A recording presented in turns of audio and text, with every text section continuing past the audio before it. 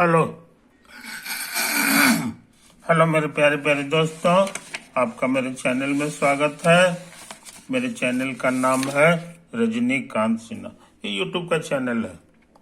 इस वीडियो में हम क्या करेंगे तो ये तुम्हें पता होना चाहिए। इस वीडियो में हम जो है वो स्पेशल रिलेटिविटी कर रहे हैं, है ना।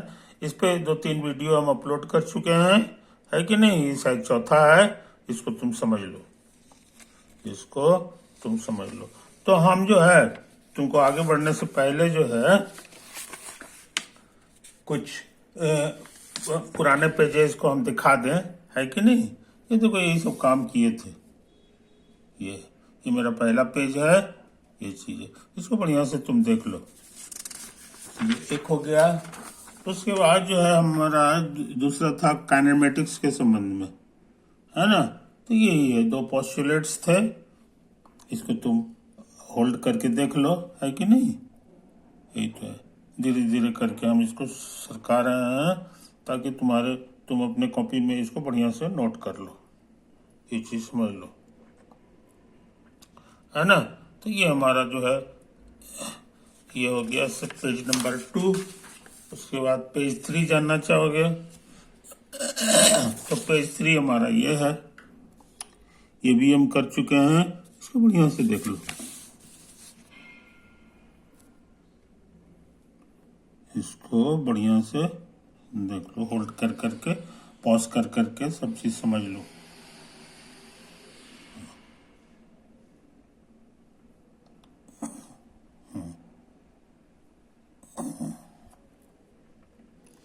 देखो यहाँ है ना। ये तो है कहानी।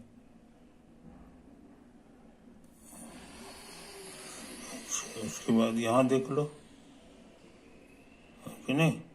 ये सब तो है।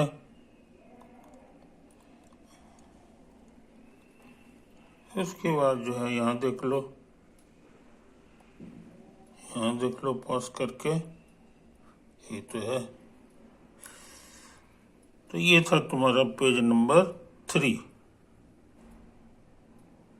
Page number 3। ओके। 3 के बाद 4 चाहिए, तो 4 जो है वो भी तुम देख लो।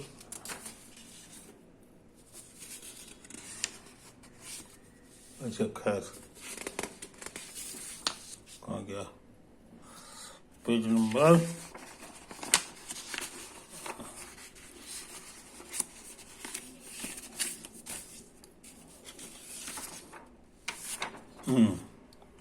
ओके, मिल गया। पेज नंबर 4 भी तुमको दिखा रहा है। ये देखो, यही तो था। यही है पेज 4।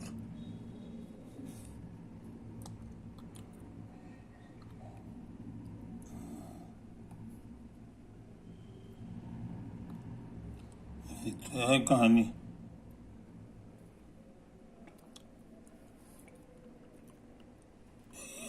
है ना। ये तो देखो, यही है तुम्हारा। ऐसा पॉज कर करके इसको देख लेना। 2 घटनाएं जो हैं एक टाइम में नहीं घटी,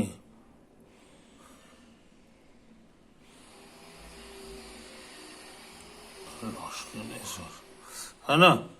उसके बाद जो है यही है हमारा पेज नंबर 4 जो हम करने जा रहे हैं। तो आज हमारा प्रोग्राम यही पढ़ने का है, the point of synchronisation.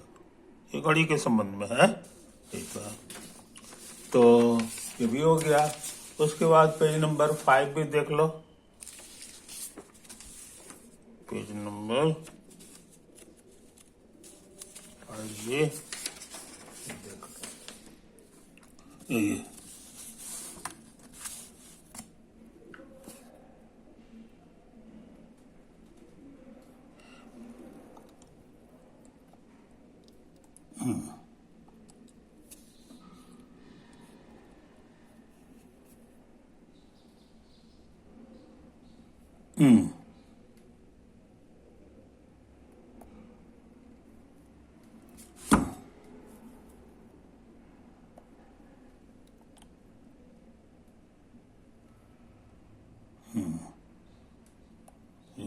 Calculation है, और उसके बाद जो है ये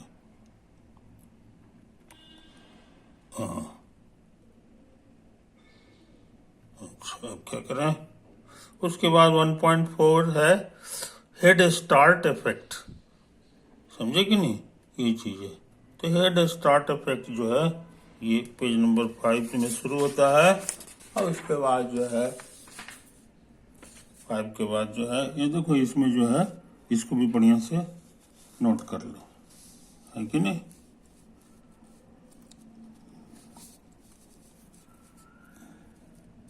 इसको भी बढ़िया से नोट कर लो।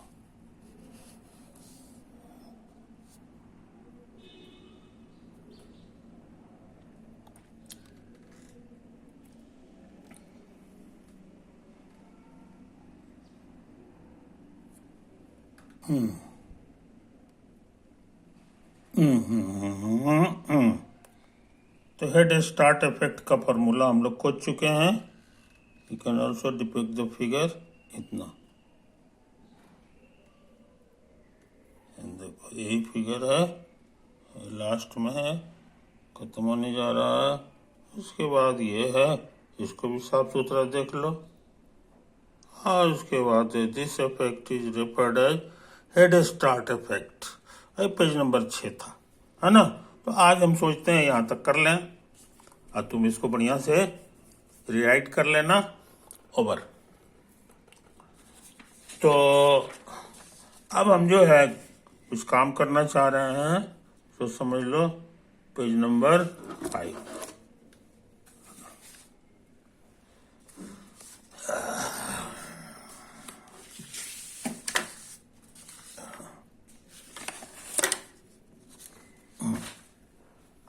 चलो अब हम इसको बढ़िया से तुमको यहाँ लॉक कर देते हैं, है ना। अब हिल नहीं करेगा, ये तो है कहानी।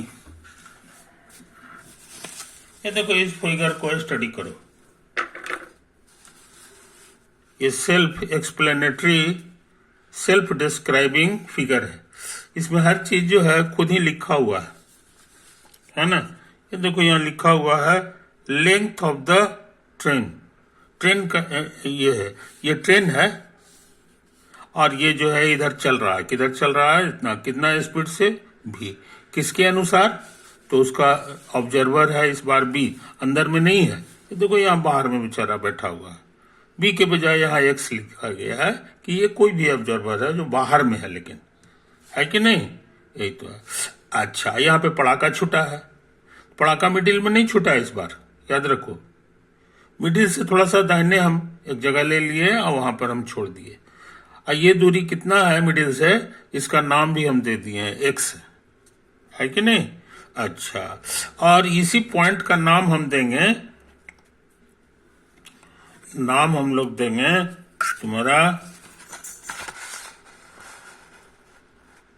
Light source located at the point of synchronization, यही हम लोग इसको बोलेंगे।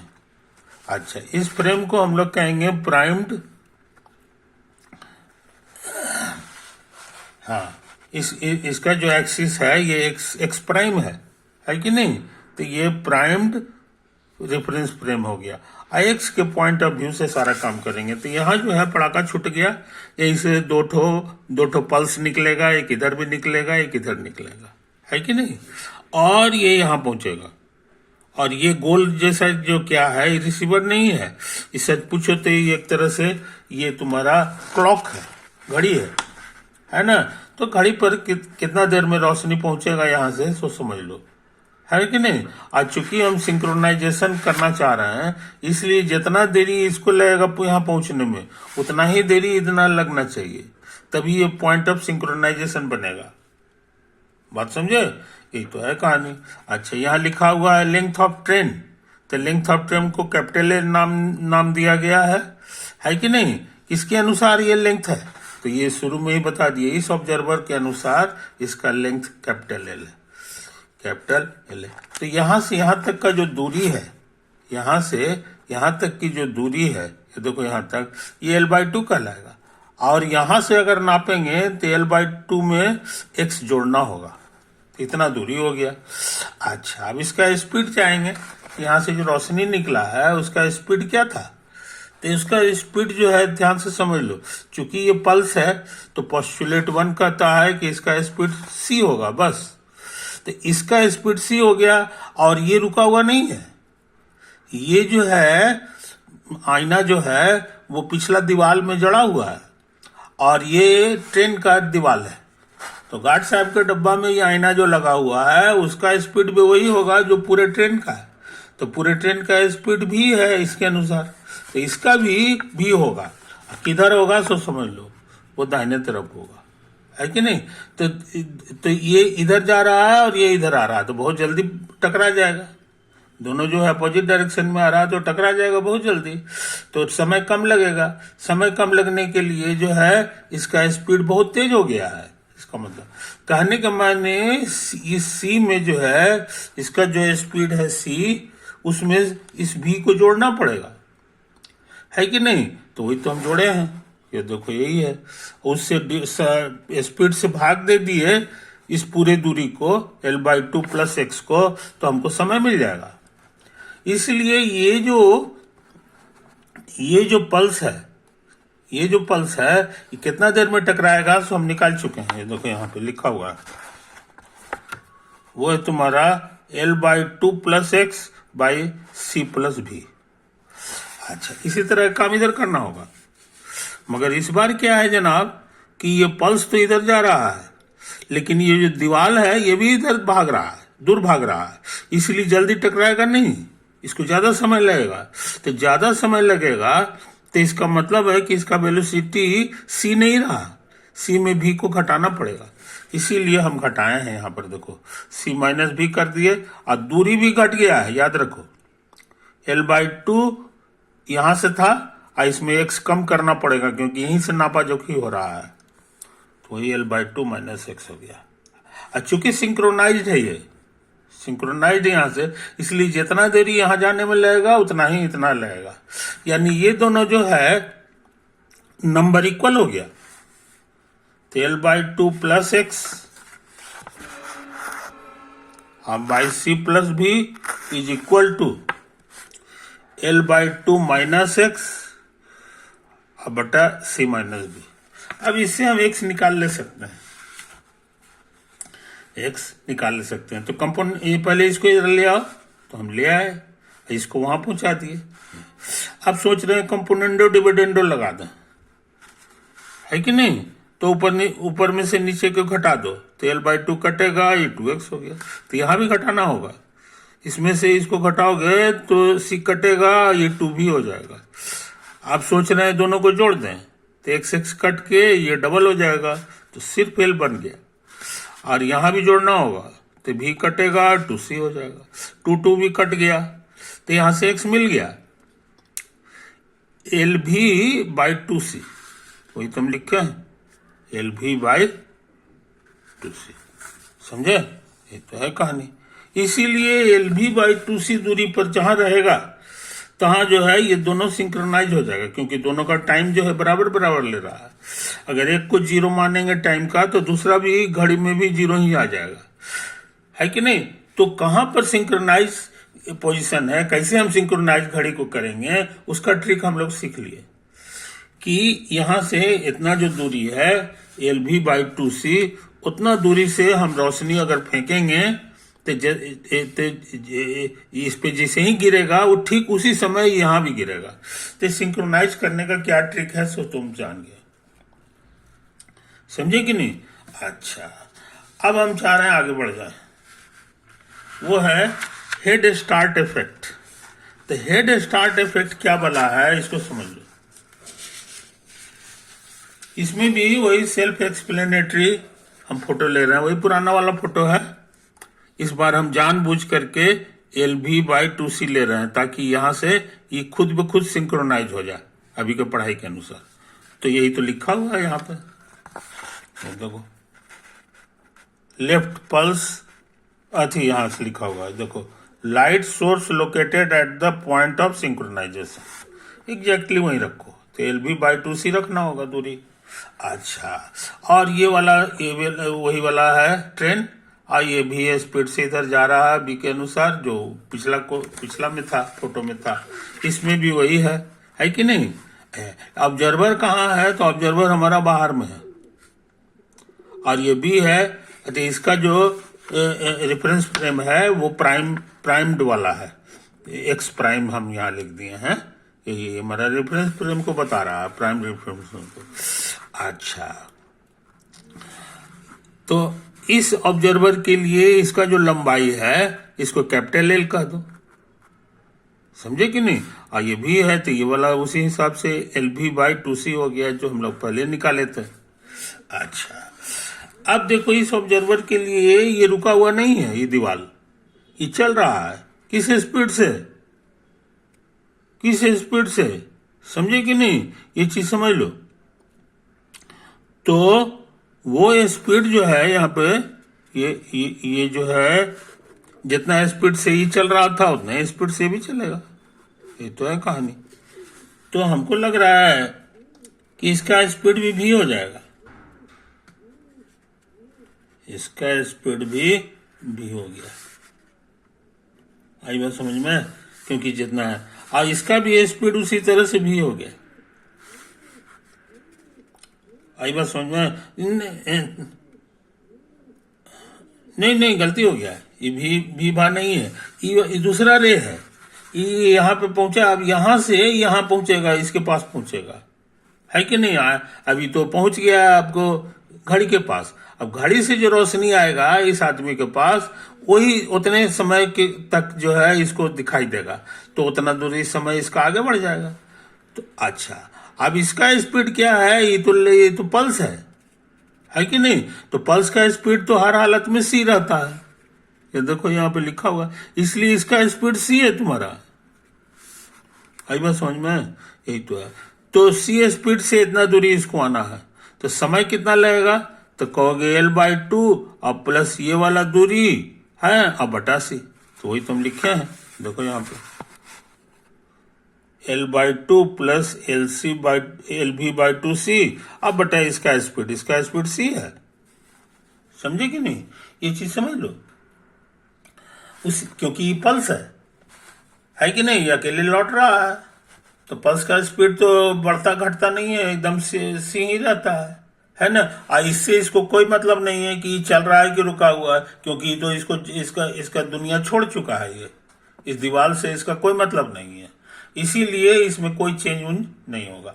अब उसी तरह की बात यहाँ है कि घड़ी में जो इससे जो रोशनी निकलेगा ये आदमी की आंख पे गिरेगा, यहीं पे आदमी समझ लो कि है, आदमी माने यही वाला बी, है कि नहीं? बी को यहाँ पर समझ लो। तो ये जो है आगे अब कितना देर में पहुंचेगा ये हमको पता लगाना है, तो अब ये भी हम पता लगाए हैं, इसका स्पीड भी सी होगा, सी से न कम होगा न ज्यादा होगा, और दूरी लेकिन L/2 अब प्लस नहीं होगा, यहाँ पे माइनस करना होगा, तो हमको निकाल दिए हैं L/2 हम माइनस LV/2c और बाई c, समझे? तो इसका ड्यूरेशन निकाल दिए और इसका ड्यूरेशन भी निकाल दिए।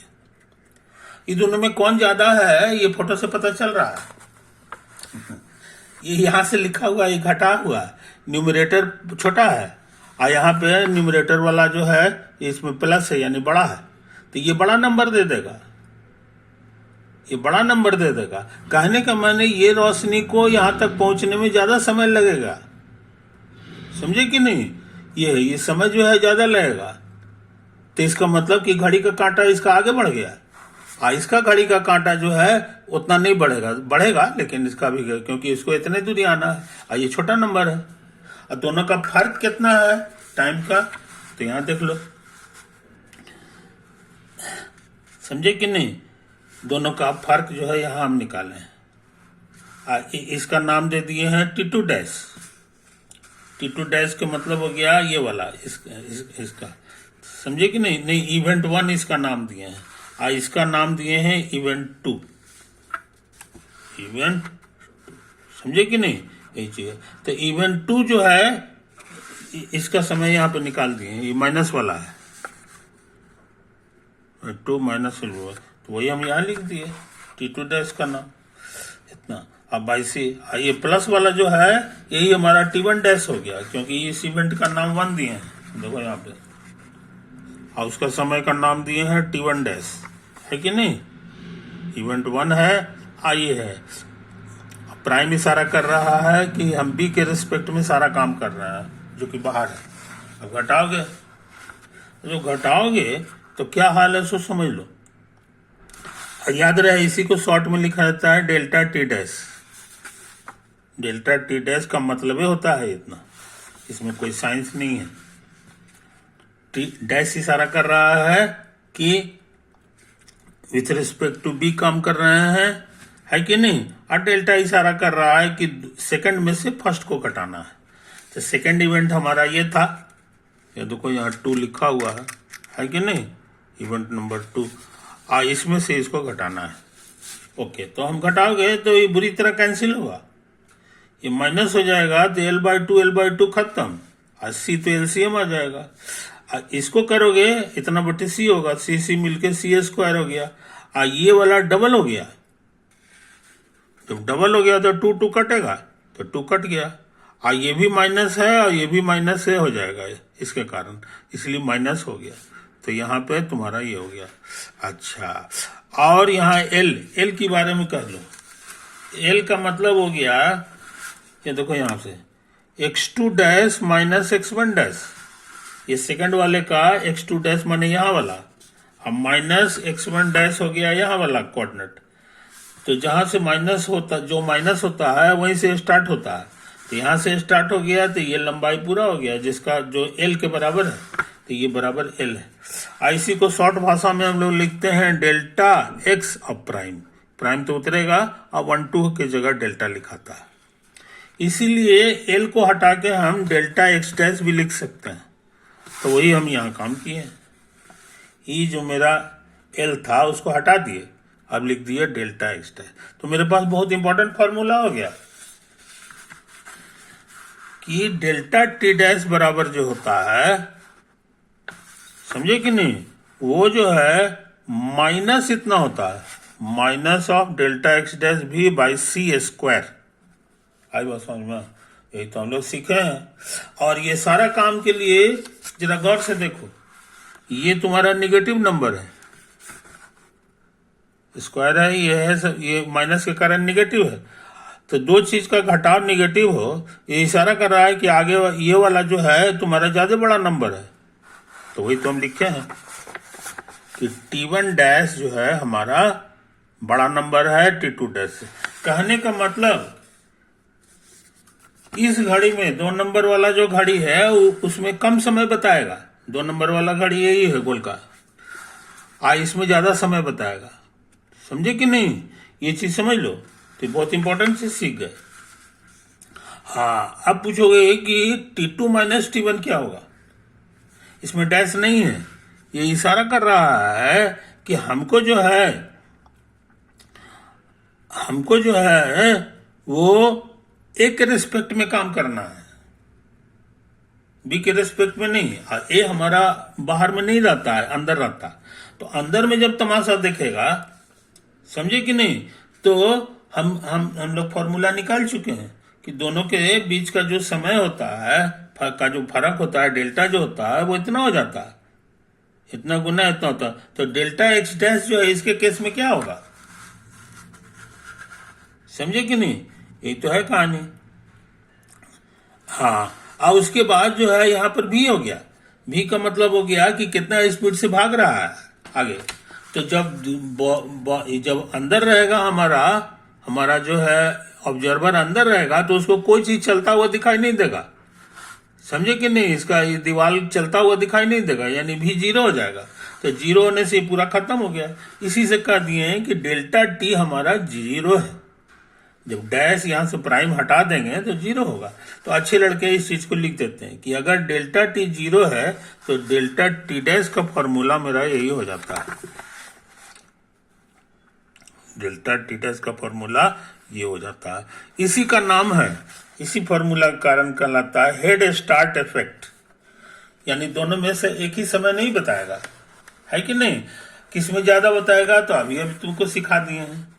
चूंकि ये नेगेटिव आ रहा है इसलिए T1 डैश यानी इसमें समय ज्यादा बताएगा, तो दूसरा फोटो में हम इसका बता दिए कि इसमें ज्यादा समय बता रहा है और इसमें कम बता रहा है। समझे कि नहीं? गाड़ी तुम्हारी इधर चल रही है, गाड़ी तुम्हारी इधर चल रही है, याद रखे, गाड़ी तुम्हारी इधर चल रही है। तो जब गाड़ी इधर चल रही है तो इसका हेड इधर का लाएगा। आई बात समझ में? तो इसका हेड तुम्हारा यही कहलाएगा। तो इसमें कम समय है, इसमें ज्यादा समय है, यानी जैसे जैसे बैक होंगे, है ना, समय मेरा घटता बढ़ता चला जाएगा। ये देखो, जैसे जैसे बैक होंगे हमारा घड़ी का समय बढ़ता चला जाता है। ये चीज समझ लो। इसी से इस फेनोमेना का नाम हो गया हेड स्टार्ट। सबसे शुरू का सबसे कम समय यहाँ पर ही होगा और उसके बाद जो है समय इधर आने पर बना, तो हेड की तरफ सबसे कम होगा। इसी से इसका नया नाम पड़ गया हेड स्टार्ट इफेक्ट। क्लियर हुआ ये चीज? इस पूरे खेला में हम सबको फिर से उतार दिए हैं कि हमारा एक्स डैश का डायरेक्शन यही था, दाहिना तरफ था। एक्स का भी डायरेक्शन दाहिने तरफ है, मगर ये जो फ्रेम है इसका डायरेक्शन किधर होगा? तो चूंकि गाड़ी हमारी इधर जा रही है